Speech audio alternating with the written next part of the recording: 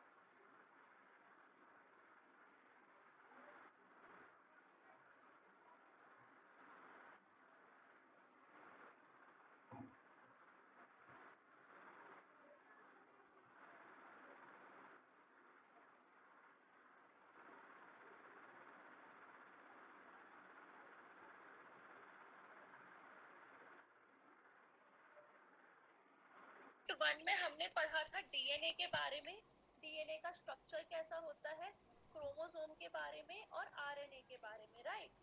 तो ये डीएनए का स्ट्रक्चर है स्टूडेंट्स, ओके। तो डीएनए का जो स्ट्रक्चर है वो डबल हेलिक्स स्ट्रक्चर होता है। डबल हेलिक्स का क्या मतलब है, let me show you again.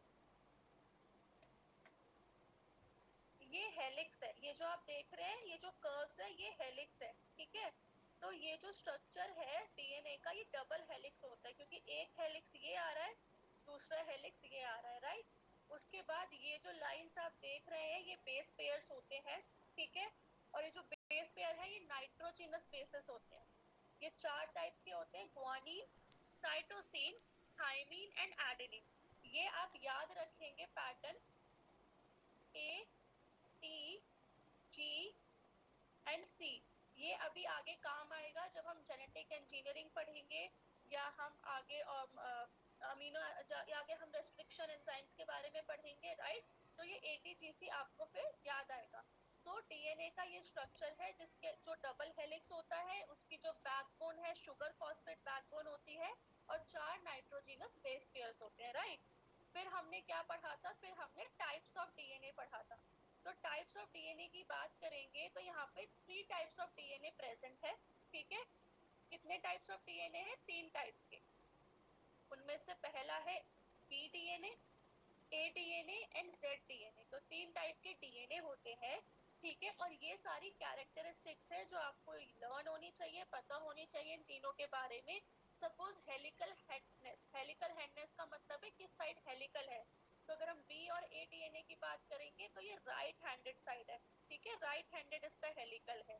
और अगर हम जेड की बात करेंगे तो ये लेफ्ट हैंडेड है, राइट। ऐसे ही इसका डायामीटर, डायामीटर क्या होता है, ये होता है डायामीटर। इन हेलिक्स के बीच में जो स्पेस है कितना डायामीटर है, तो उसका डायामीटर कितना है। बेस पेयर्स पर हेलिकल टर्न, इसका क्या मतलब है, बेस पेयर्स क्या मैंने बताया था, ये बेस पेयर्स है, ये बेस पेयर्स है, ठीक है। पर हेलिकल टर्न, ये एक हेलिक है, जब ये एक ऐसे टर्न लेगा तो एक टर्न हो गया, तो इस एक टर्न के बीच में कितने बेस पेयर्स है, राइट।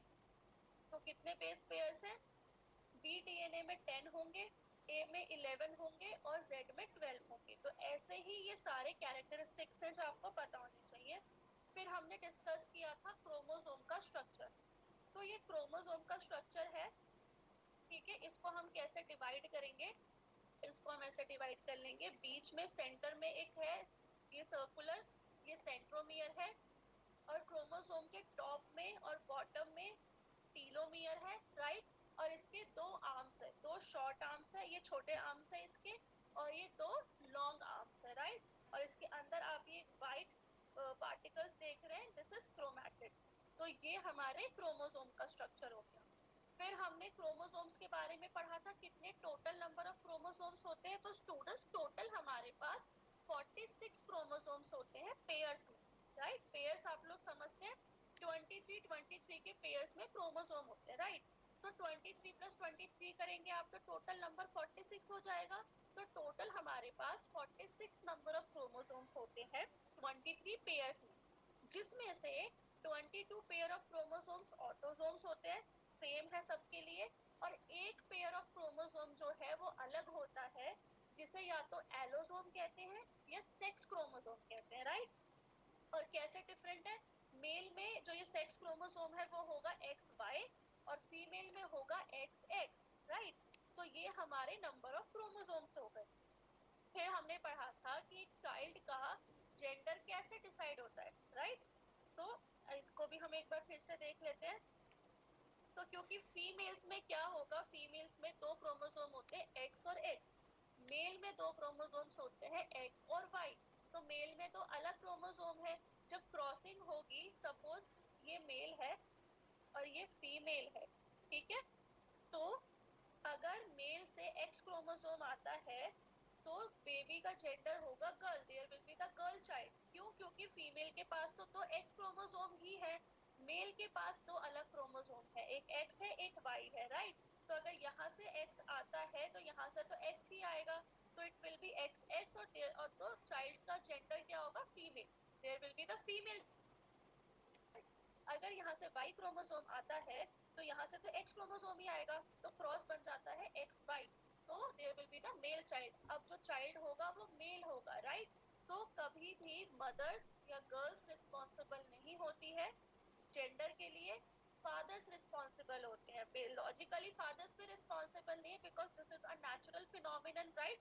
उन्हें नहीं पता कौन सा क्रोमोसोम आएगा। तो this is the basic thing कि कैसे जेंडर डिसाइड होता है, क्योंकि फीमेल्स के पास एक्स एक्स भी है, मेल्स के पास एक्स और वाई है। अगर यहाँ से भी एक्स आएगा तो X X will be female, और यहाँ से वाई आएगा तो there will be the male, right? उसके बाद हमने आरएनए पढ़ा। आरएनए भी 3 तरीके से होता है। There are 3 types of RNA, ठीक है? आरएनए के भी 3 टाइप्स है। पहला एमआरएनए, ये है एमआरएनए। दूसरा टीआरएनए, और तीसरा आरआरएनए, राइट? ये स्ट्रक्चर है एमआरएनए का, ये टीआरएनए का स्ट्रक्चर है, और ये आरआरएनए का स्ट्रक्चर है जो आपको आना चाहिए। इनके काम क्या है? ये प्रोटीन को एनकोड करता है। किसी ने पूछा था what is the meaning of encode protein? Encode protein का मतलब होता है the ability of the gene to provide a specific sequence of the amino acid that form a particular protein. मतलब इनका काम है प्रोटीन बनाना, राइट? तो प्रोटीन बनाने के लिए अमीनो एसिड का सही सीक्वेंस देना बहुत जरूरी है। तो अमीनो एसिड के ऊपर कुछ सीक्वेंस होते हैं स्टूडेंट्स, राइट? तो सही सीक्वेंस के साथ जाकर सही प्रोटीन बने, ये इसका काम है, ठीक है? फिर ये है टीआरएनए। टीआरएनए का क्या काम है? एक अडेप्टर की तरह काम करता है एमआरएनए और अमीनो एसिड के बीच में, क्योंकि यही मिलके प्रोटीन बनाने वाले हैं, राइट? और जो आरआरएनए है वो बनाता है राइबोसोम, ठीक है? तो ये इनके फंक्शंस है। चलिए अब यूनिट 2 देखते हैं। तो unit 2 in this we will going to cover the recombinant DNA technology, genetic engineering, restriction enzymes, vectors and the plasmids. Okay, so we will going to cover all these things in our unit 2. So this is the genetic engineering, right? So students, I will repeat in Hindi or in English also, right? So please try to understand. Just give me a minute.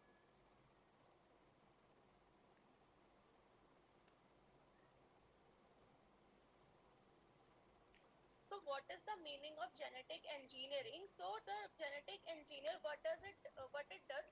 See, आप ये picture देखिए, इसमें हमने क्या किया? Suppose ये DNA है, right? तो इस डीएनए के एक पार्ट को हमने रिमूव कर दिया। अब अगर हम इसे रिमूव कर देंगे तो क्या होगा? ऑल्टरेशंस हो जाएंगी, राइट? अब हमारे अंदर एक डीएनए है, उस डीएनए की वजह से हमारा एक कैरेक्टर है, ठीक है? अब अगर मैं उस डीएनए में ऐसे ऑल्टरेशंस कर दूं, यहाँ से एक पार्ट निकाल दूं और यहाँ पे कुछ और ऐड कर दूं, तो ऑल्टरेशंस आएंगी, राइट? तो ये बेसिकली जेनेटिक इंजीनियरिंग होती है, right? So Tamil students, for you I will repeat it in English, right? So what is genetic engineering? It is the direct manipulation of an organism's DNA, right? To introduce, remove or alter the genes to changing its characteristics. So basically with the help of the genetic engineering we can alter the characteristics of an organism, right? अगर मुझे किसी भी एक organism की characteristics को change करना है तो मैं क्या कर सकती हूँ? मैं जेनेटिक इंजीनियरिंग की हेल्प से उसके डीएनए में चेंजेस कर सकती हूँ, कि कोई चीज रिमूव कर सकती हूँ, कोई चीज नई ऐड कर सकती हूँ, राइट? तो this is basically genetic engineering. Genetic engineering के बहुत सारे यूजेस हैं जो ह्यूमन हेल्थ के लिए भी काम आते हैं, वैक्सीन्स बनाने में, मेडिसिन बनाने में, राइट? तो genetic engineering is again very important. Suppose किसी को कोई जेनेटिक डिसऑर्डर हुआ है, किसी को कोई क्रोमोसोम डिसऑर्डर हुआ है, किसी को कोई जीन डिसऑर्डर हुआ है, तो जेनेटिक इंजीनियरिंग की हेल्प से what we can do, we can remove that altered gene from the patients body so that we can treat the patient, right? हम क्या कर सकते हैं? हम जेनेटिक इंजीनियरिंग की हेल्प से उस खराब जीन को निकाल सकते हैं, राइट? या कोई अच्छा जीन इंसर्ट कर सकते हैं और इस तरीके से हम उस प्रॉब्लम को सॉल्व कर सकते हैं। तो ये बेसिकली जेनेटिक इंजीनियरिंग है, right? This is the restriction enzyme. Now what is restriction enzyme students? Restriction enzyme का बेसिकली मतलब है कि यहाँ से हमने इतने हिस्से को काट दिया और इसको अलग कर दिया, राइट? आप ये देख सकते हैं but we can, what is the function of restriction enzyme? We can easily cut down a portion, right? so that we can done the alterations. You can see AATC, CCTGA, so we हमने इसको अलग कर दिया, AATC, CCTGA, and this portion is separated, right? This G is separated, and this portion CTTAA, CTTAA. So what we do, we separate these, so both these two sections to done the alteration, right? So this is the function of restriction enzymes. तो ऐसे हमारे पास बहुत सारे enzymes होते हैं, ठीक है? तो restriction enzyme का काम क्या होता है? To cut down the section for the alteration. तो हमने यहाँ पे restriction enzyme की help से यहाँ पे cut किया, इस portion को अलग कर दिया. ये सारी चीजें genetic engineering के अंदर आप लोग पढ़ेंगे और सीखेंगे, right? Now, what are plasmids and what are cosmids, right? Vector और plasmid, इसका क्या use है या ये क्या होते हैं? Suppose I think you all are also learn about the microbiology as you are 5th semester students, right? So if you learn about the microbiology, so I think you also learn about the resistance, or maybe you heard about the resistance. Nowadays many bacteria shows antibiotic resistance, right? They do not उनको कोई फर्क नहीं पड़ता है antibiotic से, right? आज के time पे बहुत सारे बैक्टीरिया, बहुत सारे वायरसेस रेजिस्टेंस शो कर रहे हैं, ठीक है? रेजिस्टेंस का क्या मतलब है कि जो भी एंटीबायोटिक्स अवेलेबल है, तो जब हम पेशेंट को, जब किसी पेशेंट को अगर बैक्टीरियल इन्फेक्शन हुआ है और हम उसको एंटीबायोटिक देते हैं, तो वो एंटीबायोटिक उस बैक्टीरिया को किल नहीं कर पा रही है, क्योंकि बैक्टीरिया ने एक रेजिस्टेंस फॉर्म कर लिया है, right? And due to that resistance, the bacteria has no effect, right? That antibiotic has no effect on that particular bacteria. So how this resistance occurs? So this resistance occurs in two types, either naturally or either the artificial. तो naturally कैसे होता है? Naturally होता है vectors की help से, plasmids की help से. So these vectors and plasmids, what they do, they genetically modify the organism, right? So they play the same function. They also genetically modify the organism. What they do, if there are two bacteria, one is this and one is this, right? So this bacteria is already resistant.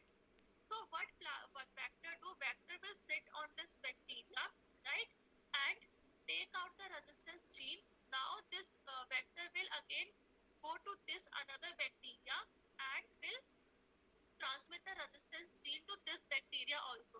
Now this bacteria also got the resistance, right? क्या हुआ? ये एक bacteria था, ये एक bacteria था, ये पहले से रेजिस्टेंट था, राइट? अब वेक्टर ने क्या किया? इसके रेजिस्टेंस जीन्स लिए, फिर ये वेक्टर यहाँ गया और ये सारे रेजिस्टेंस जीन्स यहाँ पे ट्रांसफर कर दिए और अब ये बैक्टीरिया भी रेजिस्टेंट हो गया. तो ये बेसिकली काम होता है वेक्टर्स का या plasmids. So we will learn about this one by one. See, so plasmid is a genetic structure in the cell wall which can replicate independently from the chromosome, right? Versus what are the cosmids? It is a type of hybrid plasmid which contain the alpha phage sequences, right? Now, plasmids they are a type of cloning vector. They are the type of hybrid vector, right? They do not contain the cohesive end sites, but they contain the cohesive end sites, which allow the plasmid to be packed into virus particles, right? It can accommodate DNA piece. It can accommodate DNA piece up to the 15 kb base pairs, and it can accommodate up to 45 size fragments. It can done the transformation frequency is low of plasmids, but the transformation frequency of the cosmid is high. This is the transformation frequency, right? What are the examples? If I'm talking about the examples in your exams, right? If I'm asking you to write the examples of plasmid or cosmid, so you can write it down any one or two of the examples of the plasmids and the cosmids, right? Now let's move forward. So genetic engineering for the human welfare. So yes, genetic engineering also helps in the human welfare, right, students? How? As I've told you that with the help of the genetic engineering, we can produce the medicines, we can control the insects, right? Insect pest control, and we can use the genetic engineering microorganisms to control for the the pollution control. हम pollution control में भी micro organisms का use कर सकते हैं। कैसे use कर सकते हैं? उनको जेनेटिकली मॉडिफाई करके हम दवाइयाँ बना सकते हैं, हम वैक्सीन बना सकते हैं, इंसेक्ट पेस्ट कंट्रोल कर सकते हैं with the help of this genetic engineering, right? Now let's move forward. So then you will going to learn about the genetic disorders in this subject, the introduction to the medical genetics, how medical genetics works, structure of the DNA, RNA, as you have already learned about the common genetic diseases and the gene mutation. What is the meaning of mutation? See, in this picture, हमने इस picture में क्या देखा? ये एक DNA था। अब मैंने क्या किया? मैंने ये पोर्शन यहाँ से हटा के अलग कर दिया, तो अब इसके कैरेक्टरिस्टिक्स चेंज होंगे, राइट? तो ये म्यूटेशन हो गई है उसकी। इसका मतलब होता है म्यूटेशन की अब कैरेक्टरिस्टिक्स चेंज हो गए, डीएनए में चेंज हो गया है, तो म्यूटेशन हो गई है, राइट? तो this is the meaning of mutation. Now let's discuss about some common genetic disorders. कौन से कुछ कॉमन जेनेटिक डिसऑर्डर्स होते हैं जिनके बारे में आप पढ़ेंगे? तो first we will learn about the gene based single gene. अगर एक सिंगल जीन में प्रॉब्लम आ जाती है, एक सिंगल जीन में कोई ऑल्टरेशन आ जाता है, तो कौन कौन से डिसीजेस हो सकते हैं? सिकल सेल डिसीज हो सकता है, सिस्टिक फिब्रोसिस, राइट, टे शेयर्स, मार्फन सिंड्रोम एंड पीकेडी।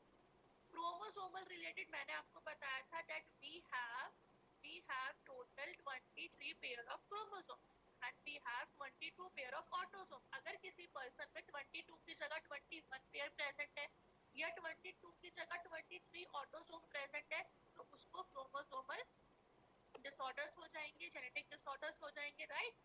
तो सिमिलरली क्रोमोसोमल डिसऑर्डर कौन कौन से हो सकते हैं? Down syndrome, Edward syndrome, Patau syndrome and the Turner syndrome, right? इन सब में क्या होता है? या तो एक क्रोमोसोम ज्यादा है या तो एक क्रोमोसोम कम है, राइट?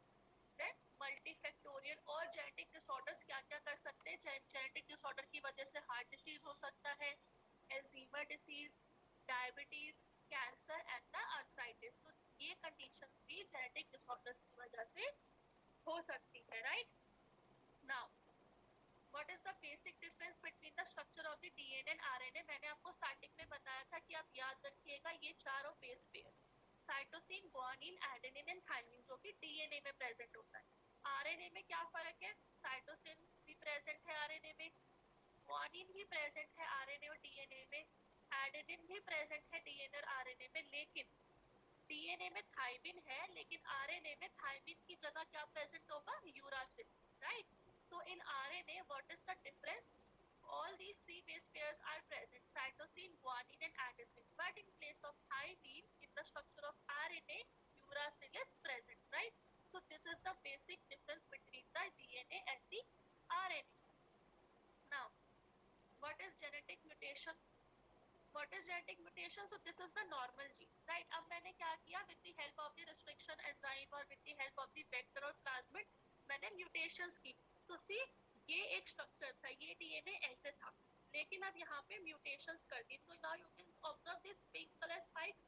तो अब यहाँ पे mutations हो गई. So this is the mutated gene and this is the normal gene, right? So from the normal gene we have a normal protein, and from the mutated gene we have the abnormal protein or also no protein, right?